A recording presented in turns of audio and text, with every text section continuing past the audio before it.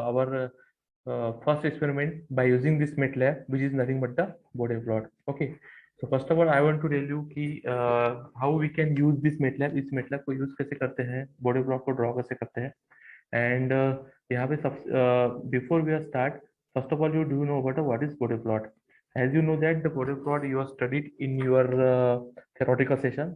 This Bode plot is nothing but the graphical representation. क्या होता है, एक graphical representation होता है जहाँ पे हम कंट्रोल सिस्टम को एनालिसिस करते हैं, कंट्रोल सिस्टम को क्या करते हैं, एनालिसिस करते हैं और डिजाइन करते हैं। ठीक है, जनरली ये जो बोडे प्लॉट होता है वो अपन ड्रॉ करते हैं plots in for the magnitude and phase. ठीक है, मैग्नीट्यूड के लिए एंड फेज के लिए with respect to frequencies, with respect to frequency ये अपन डिजाइन करते हैं कंट्रोल सिस्टम। ठीक है, ये क्या डिजाइन करते हैं, कंट्रोल सिस्टम को डिजाइन करना है, एनालिसिस करना है, therefore by using this Bode plot. Okay, Bode plot is one of the most important part in the control system. Okay, this is nothing but output one. ठीक है, अगर अपने को इस तरीके से परफॉर्म करना है, सपोज हमें एक सिस्टम दी है, यहाँ पे एग्जांपल दिया है G of s equal to this is 10 upon s upon this something value, this is nothing but a transfer function. Okay, this is nothing but a transfer function. So इस system का output क्या है, मतलब इस system को अगर, चलो तो अभी हम यहाँ पे एक्सपेरिमेंट जो परफॉर्म करने वाले हैं, लेकिन परफॉर्म करने से पहले यहाँ से जो है हम एक डेटा जो है यहाँ पे ले लेते हैं। तो मैं यहाँ पे ये एक पीडीएफ फाइल ओपन की है जहाँ पे हमें बोर्डे प्लॉट जो है यहाँ पे ड्रॉ करना है। ये हो गया एक ट्रांसफर फंक्शन। ओके, जहाँ पे के की जो गेन होता है, गे की वैल्यू के की 1 है, के जो है गेन वैल्यू विच इज 1। तो मैंने यहाँ पे एक ले लेता हूँ, इसको अपन थोड़ा सा, इसको हम यहाँ पे थोड़ा सा प्रेजेंटेशन करते हैं, इसको थोड़ा एडिट करते हैं। आपको पता चलेगा कि यहाँ पे हम जो है यहाँ पे कन्वर्शन करने के बाद में मेटलैब में किस तरीके से हमें रिप्रेजेंटेशन करना है। ठीक है, तो चलो यहाँ पे देखते हैं। First of all I say that कि यहाँ पे जो आने वाला है, मुझे आउटपुट क्या आने वाला है मेटलैब में, यहाँ पे मैं क्या लिखना लो। तो देखो यहाँ पे आउटपुट आपको क्या आने वाला है। अब यहाँ पे मुझे अगर मेटलैब में रिप्रेजेंटेशन करना है, ये न्यूमरेटर को रिप्रेजेंटेशन करना है, तो किस तरीके से रिप्रेजेंटेशन करेंगे हम। यहाँ पे देखो कि यहाँ पे कोएफिशिएंट ऑफ S3 अपसेंट है, S S cube is absent है, एस स्क्वायर अपसेंट है, एंड एस भी वो भी एक अपसेंट है। तो इसका क्या होगा मेटलैब में, इसका होगा 0 0 0 और लास्ट में होगा 10। जैसे मैंने अभी एक्सप्लेन किया उसी तरीके से इसका आउटपुट आने वाला है, डिवाइडेड बाय ये हो गया न्यूमरेटर। उसके बाद में डिनोमिनेटर में किस तरीके से लिखना है, यहाँ पे जो है आपको सभी वैल्यू दिख रही है, तो इसी वैल्यू को लिखने हैं सिर्फ कोएफिशिएंट। एस क्यूब का कोएफिशिएंट क्या है 0.06, जो आपको दिख रहा है यहाँ पे वो 0.06 है। उसके बाद में एस स्क्वायर का जो कोएफिशिएंट है वहां पे आएगा 0.062। उसके बाद में एस का कोएफिशिएंट है 1, एंड उसके बाद में कांस्टेंट का कोएफिशिएंट है क्या, नहीं, सो इट्स 0। सो ये आने वाला है न्यूमरेटर। तो ये आपको दिख रहा है कि ये जो पार्ट है ये आया है न्यूमरेटर, और ये जो पार्ट है डिनोमिनेटर। इन दोनों को हम यहाँ पे अभी मेटलैब में रिप्रेजेंटेशन करने वाले हैं। तो चलिए हम देखते हैं कि मेटलैब में इसको किस तरीके से हमें रिप्रेजेंटेशन करना है। ठीक है, अब देखो कि मेटलैब में रिप्रेजेंटेशन करते हो किस तरीके से करेंगे। तो अभी मैं मेटलैब के ऊपर स्विच हो जाता हूँ। तो ये रहा आपका मेटलैब। तो इसमें अपन वन बाय वन जो है सब प्रोग्रामिंग, अपना जो प्रोग्राम है यहाँ पे हम यहाँ पे वो करने वाले हैं।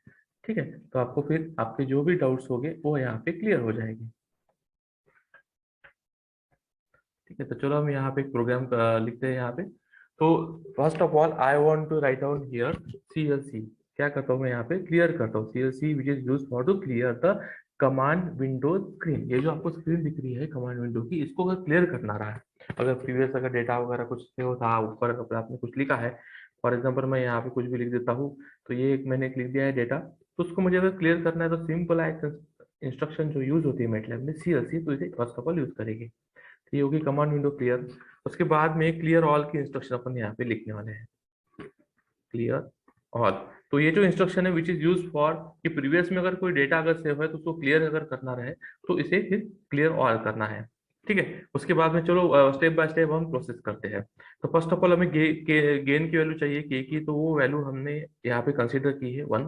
ओके, उसके बाद में न्यूमरेटर जो है, उसके बाद में न्यूमरेटर जो है उसकी वैल्यू हमने जो कैलकुलेट की है अभी अभी जो कैलकुलेट किया था, वो कैलकुलेट की थी हमने, क्या कैलकुलेट किया था हमने वैल्यू, वो कैलकुलेट की थी 0 0 0 10।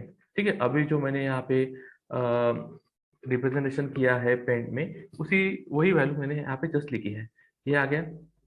सेकंड वैल्यू आपको लिखना है यहाँ पे लिखना है डिनोमिनेटर। तो डिनोमिनेटर की अगर मैं वैल्यू लिखता हूँ, डिनोमिनेटर इक्वल्स टू वो वैल्यू हमारी आई थी, उस वैल्यू को हम यहाँ पे लिख लेते हैं। तो विच इज 0.06।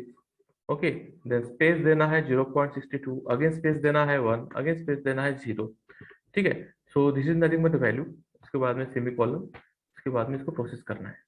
ठीक है, इसको यहाँ पे सेमी कॉलन देना रहेगा, यहाँ पे अपन जो है इसको एडिट कर लेते हैं। सेमी कॉलन देना था, ठीक है, तो यहाँ पे इसको सेमीकोलन दे देते हैं, बिकॉज हमें प्रोग्रामिंग में यूज करना है। तो वन बाय वन उसकी वैल्यू हमें सेट करनी पड़ेगी। तो सेट नहीं किया था मैंने, डायरेक्टली एग्जीक्यूशन किया था, तो हमें सेट करना पड़ेगा। तो ये हो गया सेट। इसकी वैल्यू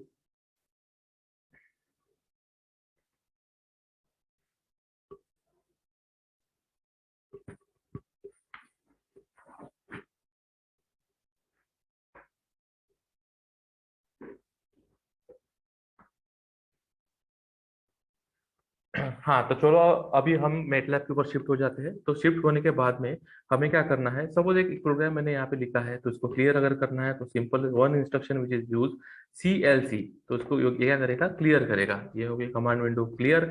उसके बाद में मैं ये इंस्ट्रक्शन यूज करता हूँ यहाँ पे क्लियर ऑल। यहाँ से हमारा प्रोग्राम जो है स्टार्ट हो गया है। तो क्लियर ऑल जो इंस्ट्रक्शन है वो क्या करती है कि जो भी प्रीवियस डेटा है उसको अगर क्लियर करना है तो क्लियर ऑल इंस्ट्रक्शन होगी। हमेशा ध्यान में रखना सेमी कोलन आपको देना है यहाँ पे। उसके बाद में नेक्स्ट वैल्यू जो है गेन की, मैंने जैसे बताया आपको, मैंने यहाँ पे जो है वैल्यू गेन की 1 लेके रखी है। सो के इक्वल टू 1 मैंने यहाँ पे पुट किया, देन सेमीकोलन दिया, देन पुट नेक्स्ट वैल्यू। उसके बाद में न्यूमरेटर की वैल्यू जो हमने अभी यहाँ पे कैलकुलेशन किया था, ठीक है, तो वो वहाँ पे अपने को लिखना है, विच इज क्या आता है वो 0 0 0 एंड स्पेस 1 0। तो ये हमने वैल्यू लिखी है। ये वैल्यू कहाँ से ली है, मैंने अभी हमने यहाँ पे पेंड में जो वैल्यू कैलकुलेट की थी उसी वैल्यू को मैंने लिखा है। उसके बाद में सेमीकोलन देना है, देन एंटर। व्हाट एवर, अच्छा ओके ओके ओके। तो इसको ओके, इसका क्या होता है, यहाँ पे असाइन नहीं की थी, इसको असाइन करना पड़ेगा। ठीक है, अब असाइन करता हूँ, दैट इज नथिंग बट ये हो गया सवाल। एक्चुअली यहाँ पे एरर क्यों आता है, बिकॉज मेटलैब जो है वो वन बाय वन इंस्ट्रक्शन जो हो एग्जीक्यूशन करते चाहता है। अगर आपका इंस्ट्रक्शन अगर गलत है तो वहाँ पे आउटपुट नहीं आएगा। ये एक एडवांटेज बोल सकते हैं यहाँ पे।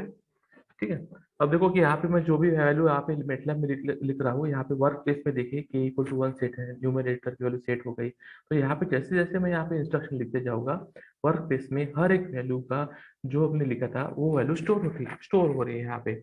नेक्स्ट जो है वो डिनोमिनेटर लेते हैं। अब डिनोमिनेटर लेने के बाद में डिनोमिनेटर हमने क्या कैलकुलेशन किया था, 0.06 कैलकुलेशन किया था। उसके बाद में 0.62 एक वैल्यू लिया था। उसके बाद में 1 और 0, ये हो गया था डिनोमिनेटर। डिनोमिनेटर मैंने कहाँ से ली है वैल्यू, ये वैल्यू मैंने अभी जो कैलकुलेट की है ट्रांसफर फंक्शन में से, वहां से मैंने इसको रिप्रेजेंटेशन किया है। ठीक है, फिर इसको सेमीकोलन देना है, उसके बाद में एंटर। देन उसके बाद में हमें जो है ट्रांसफर फंक्शन G(s) या फिर जी बोल सकते हैं, उसको कैलकुलेशन करना है। तो इसके लिए फॉर्मूला है G equal to transfer function, G equal to transfer function in bracket. हमें न्यूमर कौन से वैल्यू था, एक एक लेना था हमें, न्यूमरेटर और डिनोमिनेटर दोनों का हमें क्या करना है, transfer function. That's it, this is the simple instruction. उसके बाद में इसको एंटर कर देना है। ओके, उसके बाद में हमें कौन सा एक्सपेरिमेंट जो परफॉर्म करना है, for example I want to hear to draw the Bode plot. तो बोडे के लिए क्या लिखना है, सिंपली यहाँ पे बोडे लिखना है। देन जी जो ट्रांसफर फंक्शन अपना वो, और जो गेन है, ठीक है, इन दोनों का क्या करना है, मल्टीप्लीकेशन। तो जी मल्टीप्लाइड बाय के करना है आपको। ओके, उसके बाद में सेमीकोलन करना है। That's it, this is nothing but our Bode plot. Enter कर देना है। ठीक है, एंटर करने के बाद अब देखो यहाँ पे जो है आउटपुट जनरेट करेगा। ठीक है, अब आउटपुट जो है यहाँ पे जनरेट करने वाला है। अब देखते हैं इसका आउटपुट क्या आया है। अब देखो कि यहाँ पे जो है आउटपुट यहाँ पे आ गया है। यहाँ पे आप देख सकते हैं, यहाँ पे एक आउटपुट आया है। लेकिन इस आउटपुट में क्या है, यहाँ पे ग्रिड नहीं है, यहाँ पे रेंजेस भी है अलग अलग। मैंने पहले बताया था कि यहाँ पे जो ड्रॉ होता है magnitude versus frequency and phase versus frequency, similarly the graph is shown in the theoretical, similarly you will get in this practical one. This is one of the advantages. अब देखते हैं यहाँ पे कि इसको ग्रिड में अगर करना है तो क्या करना चाहिए। ठीक है, तो ग्रिड के लिए एक इंस्ट्रक्शन हम यहाँ पे यूज करते हैं। चलो मेटलैब में हम फिर से वापस जाते हैं।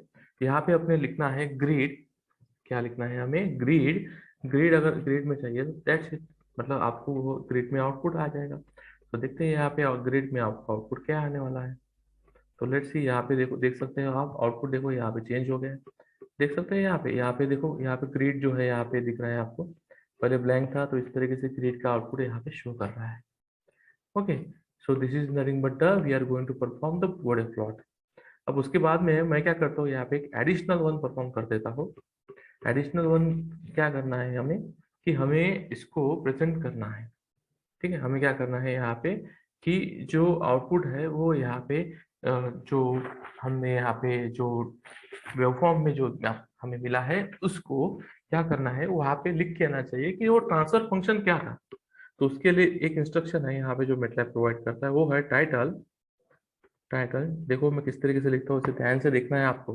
ठीक है, टाइटल, देन उसके बाद में इसमें वन वन ब्रैकेट देना है। उसके बाद में यहाँ पे हम लिखने वाले हैं, यहाँ पे लिखना है कौन सा प्लॉट हमने ड्रॉ किया है, बोर्डे प्लॉट। तो Bode plot of Bode plot of क्या था, जियो ऑफ एस। तो जियो ऑफ एस यहाँ पे लिखो, जियो ऑफ एस। ठीक है, जियो ऑफ एस इक्वल टू क्या था, 10 डिवाइडेड बाय क्या था वो equation, 10 divided by, in bracket हमें लिखना है yes dot.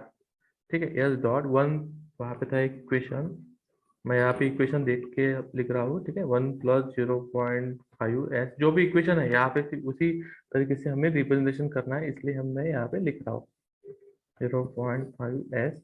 Okay, bracket complete करते हैं। और मल्टीप्लिकेशन में और एक टर्म थी, जो टर्म है 1 + 0.12 एस।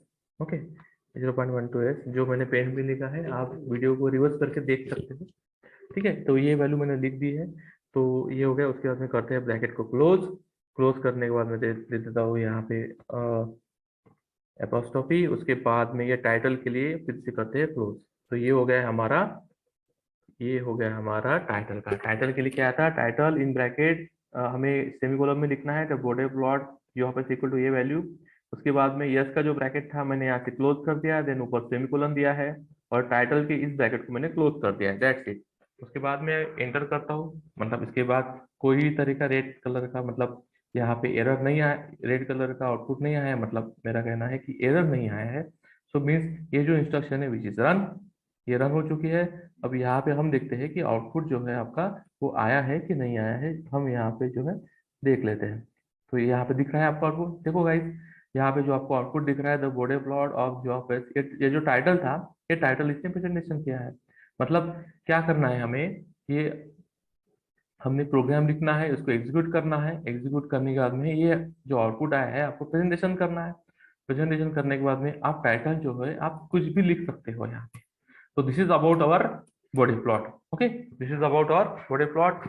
अगर ठीक है, so that's it, thank you so much. Okay,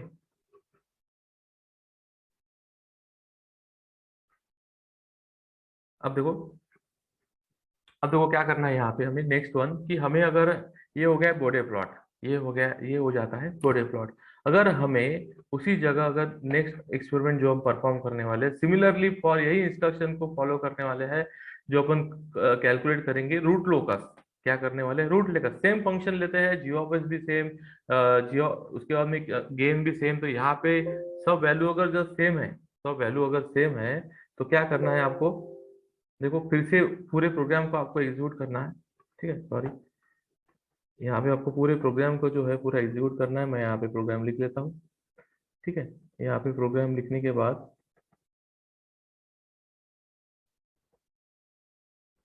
ठीक है, यहाँ पे मैं प्रोग्राम लिख लेता हूँ, यहाँ पे मैं चेंजेस कर सकता हूँ।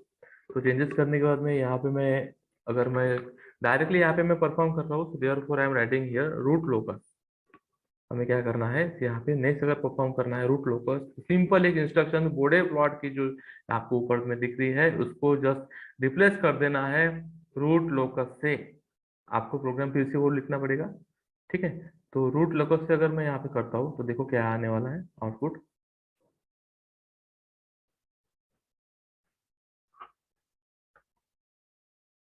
ठीक है, यहाँ पे देखो कि आर, इसके लिए इंस्ट्रक्शन है आर येलो सीरियस रूट लोकस जी ऑपरेंट वेज ऑफिस।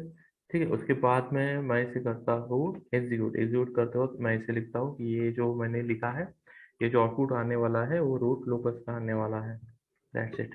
कोई डिफरेंस नहीं है ज़्यादा, कोई रॉकेट साइंस है हमने नहीं लगाया यहाँ पे। जस्ट मैंने क्या किया है, बॉडी प्लॉट को जो इंस्ट्रक्शन थी उसे रूट लोकस से रिप्लेस कर दिया। ओके, यहाँ पे क्या बोल रहा है आउटपुट, अच्छा उसको डिफाइन नहीं किया था उसलिए। ठीक है, इसको अपन डिफाइन कर लेते हैं वन बाय वन इंस्ट्रक्शन।